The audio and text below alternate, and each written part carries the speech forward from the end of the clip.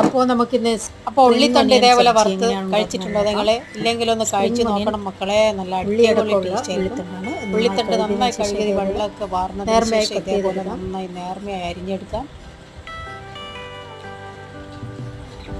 അപ്പോൾ ഉള്ളിത്തണ്ടൊക്കെ അരിഞ്ഞെടുത്തിട്ടുണ്ട്.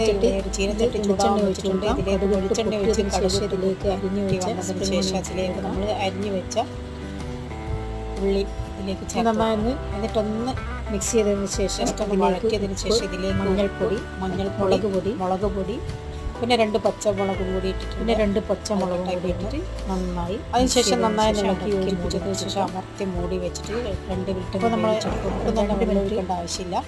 1-2 പ്രാവശ്യം ഇതൊന്ന് ഇളക്കിയിട്ട് കൊടുക്കണം. 2-3 പ്രാവശ്യം. അപ്പോൾ നമ്മുടെ സ്പ്രിംഗ് ഒനിയൻ സബ്ജി റെഡി ആയിട്ടുണ്ട്. ലാസ്റ്റ് നമുക്ക് ഇതിലേക്ക് കുറച്ച് തേങ്ങ ചിരവിയും കൂടി കുറച്ച് തേങ്ങ ചിരവി. അപ്പോൾ നിങ്ങൾ ഇതേപോലെ ഒന്ന് ഉണ്ടാക്കി നോക്കണം. ചപ്പാത്തിയുടെ കൂടെ ചോറിൻ്റെ കൂടെയൊക്കെ നല്ല അടിപൊളി കോമ്പിനേഷൻ ആയിരിക്കും. എല്ലാവരും ഒന്ന് ട്രൈ ചെയ്ത് നോക്കാം. അപ്പോൾ എങ്ങനെയുണ്ടായിരുന്ന റെസിപ്പി ഇഷ്ടപ്പെട്ടിട്ടുണ്ടെങ്കിൽ വീഡിയോക്ക് ലൈക്ക് ചെയ്യാൻ മറക്കരുത്. വീണ്ടും കാണാം. റെസിപ്പി ട്രൈ ചെയ്തിട്ട് കമൻറ്റ് ചെയ്യാൻ. ഓക്കെ.